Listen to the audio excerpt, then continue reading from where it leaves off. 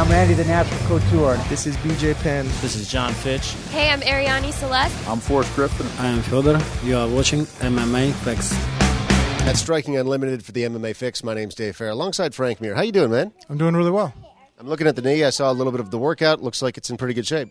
Yeah, actually, I'm as good as it can be at this point. From the surgery.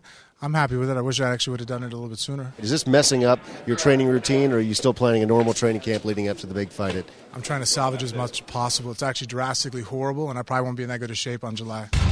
Brock Lesnar has come out in multiple interviews and said a lot of negative things about you. He said that you're scared and that you're faking the injury and just said a lot of negative things. What do you feel about that, generally speaking? I probably wouldn't like me either if I made myself tap out in 90 seconds from everybody. Especially, I know in the pro wrestling thing, they come from that you tap only when it hurts. And it's kind of a sign of inadequacy. Everybody can say what he wants about the fight and how well he was doing, but it's funny that, if you lose in 90 seconds and you get credit for that, that just doesn't say much about what people's expectations were. Do you dislike Brock Lesnar as a person? No, not at all. He represents things that I don't. I know a lot of people, when they look at him, they see someone who's big, strong, and intimidating, and they think that's what it takes to be a fighter. That's not what I represent. If it was all about being super tough, I'm really not that tough of a guy. I'm really kind of a wimp at heart. But I have a title, and most people don't. Do you think that he's learned to be more respectful of the sport and of the people that he's competing against now? He gets paid more than I do. Why would he want to act my way? Junie Brownie was highlighted on a show and didn't even win the reality show. Efron Escudero won the reality show. And right now, do most people know who Efron is? So is that really teaching people in our sport to act respectful and to be a martial artist? That has to be a choice on your own. It actually probably hurts my pocketbook at the end of the day. But again, I don't look down on Brock for doing things like that because guess what? Brock's going to make more money than I am when we fight each other. Well, you should get a big penis tattooed on your chest like he has. Yeah.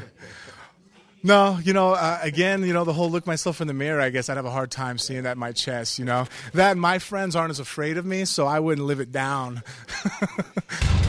Let's talk about your last fight. Nogueira, you picked him apart. Your striking was on a different level than anyone expected it to be. Was that a focus going into that fight? Yeah, I knew that a good strategy would be to fight him on his feet first because he probably wouldn't be prepared mentally for that. And I also knew by studying my opponent, not so much what he does in the cage, but I studied his mind. So when I went into the fight and I hit him on his feet and dropped him, I knew that he would not adapt and not change because he has a lot of heart. And the problem is when a lot of people have heart, they're stubborn. That was the difference between Nogueira and myself, and I knew his mentality that because he's a workhorse and he'll work, that he wouldn't adapt in the fight.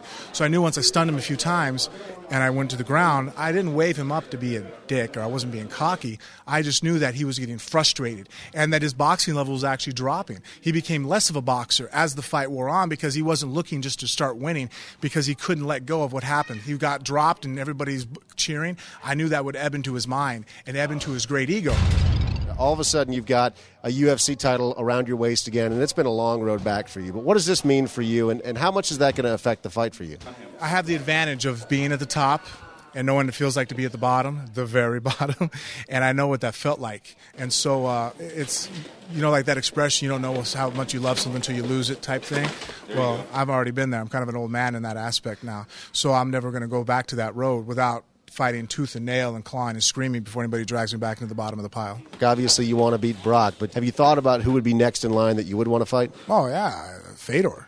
I don't want to, leave this life without ever being in there with Fedor. I want to see how hard he hits. I want to feel that punch. I don't think it's fair that other people have been hit in the face by him and I haven't. That's not right. I deserve to be hit too. After you fight Brock, regardless of who wins, do you still consider Fedor to be the best heavyweight in the world? Well, technically I have to say he's the best heavyweight in the world. He has a better record than I have. Do I feel, though, that I could beat Fedor? Absolutely.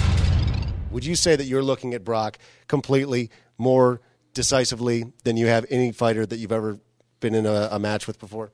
Well, yeah, of course I look at it from a different point of view. For the basic reason that, I guess, a lot of people, when they look at Brock, they go, oh, my God. I've had to actually ask people, why? Well, do you see the size of him? I'm like, oh, okay. What?